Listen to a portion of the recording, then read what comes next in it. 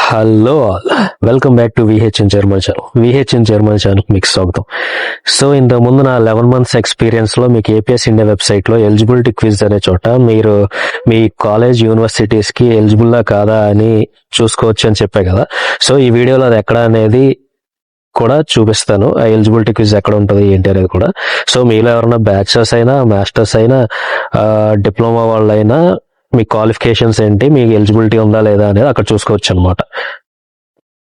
ఇక్కడ APS India website లో ఈ న్యూస్ అనే సెక్షన్ దగ్గర ఏపీఎస్ సంబంధించి ఏమైనా అప్డేట్స్ వస్తే చూపిస్తుంది. అలా క్విజ్ అని చెప్పే కదా. సో ఇక్కడ లోపలికి వెళ్ళి మీరు బ్యాచిలర్స్ కి వచ్చేవాళ్ళు అయితే బ్యాచిలర్స్ వాళ్ళు, మాస్టర్స్ కి వచ్చేవాళ్ళు అయితే మాస్టర్స్ కి, సరే మీరు ఏ డిగ్రీ కంప్లీట్ చేసి ఇక్కడికి ఏ డిగ్రీ కోసం వద్దాం అనుకుంటున్నారో దానికి సంబంధించి ఇక్కడ చూసుకోవచ్చు అనమాట.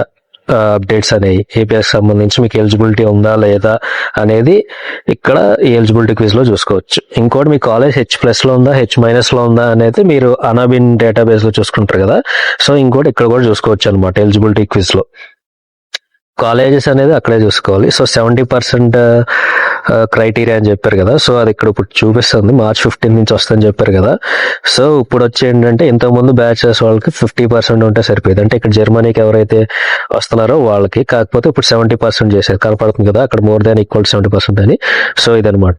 తర్వాత మీకు ఏమేమి డాక్యుమెంట్స్ కావాలనేది కూడా ఇక్కడ ఉన్నాయి అనమాట. జర్మనీ గురించి ఇంకా ఇలాంటి ఎన్నో విషయాలు నెక్స్ట్ వీడియోలో చాలా మాట్లాడుకుందాం. Subscribe to VHN German channel. VHN German channel subscribe చేసుకుని నోటిఫికేషన్ బెల్ ఐకాన్ నొక్కడం మట్టుకు మర్చిపోకండి. Thanks for watching this video.